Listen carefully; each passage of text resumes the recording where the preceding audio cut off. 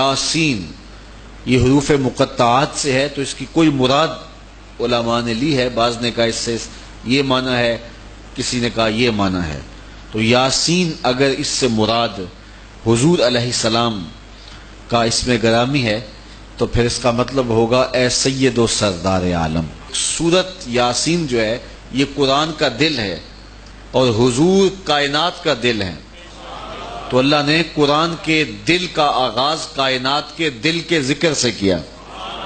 یاسین اے سید و سردار عالم والقرآن الحکیم، حکمت سے معمور کتاب رحمت کی قسم، انک لمن المرسلین، بے شک آپ رسولوں سے ہیں۔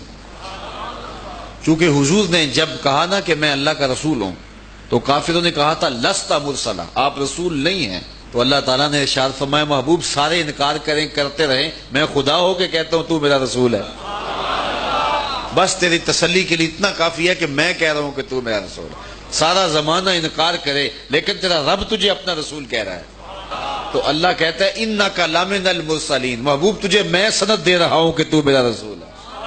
اب سارا زمانہ انکار بھی کرے، اللہ کا کہہ دینا محبوب کی تسکین خاطر کے لیے کافی ہے کہ محبوب میں خدا ہو کے کہہ رہا ہوں کہ تو میرا رسول ہے۔ انک لمن المرسلین، بے شک تو رسولوں سے ہے۔ علی صراط مستقیم، اور بالکل سیدھی راہ پہ آپ قائم ہیں، آپ رسولوں سے ہیں اور آپ جس راہ کی طرف لوگوں کو بلاتے ہیں اور جس راہ پہ آپ چل رہے ہیں وہ بالکل صائب، درست اور سچا اور سیدھا اور منزل تک پہنچانے والا راستہ ہے۔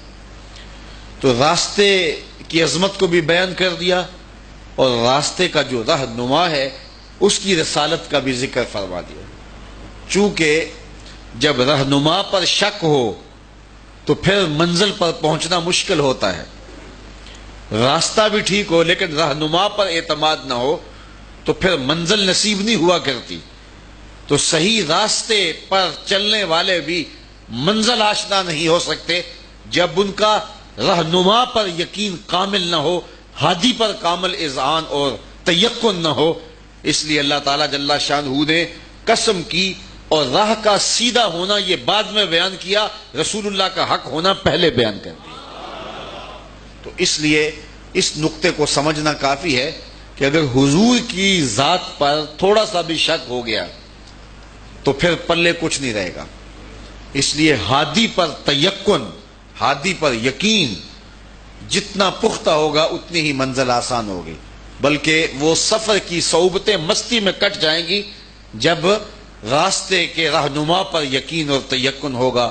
مانا کہ محبت کے سفر میں ہر گام پہ 100 مشکل ہے، لیکن یہ سفر آسان بھی ہے اگر ساتھ تمہارا ہو جائے۔ تو اگر راہبر پر یقین کامل ہو جائے تو پھر راستے کٹتے چلے جاتے ہیں۔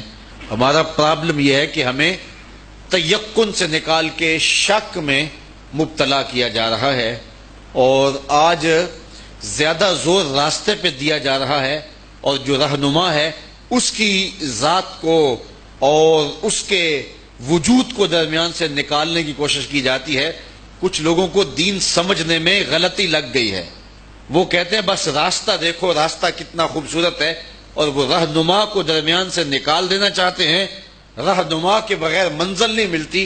اللہ نے راستے کا سیدھا ہونا بیان کیا، لیکن اس سے پہلے قسم کر کے جو راہبر تھا اس کا سچا ہونا بتایا، تو لوگوں کو یہ شعور دیا کہ اگر منزل پہ پہنچنا چاہتے ہو تو میرے محمد عربی کے قدم پکڑ لو، پھر تو منزلیں نصیب ہوں گی۔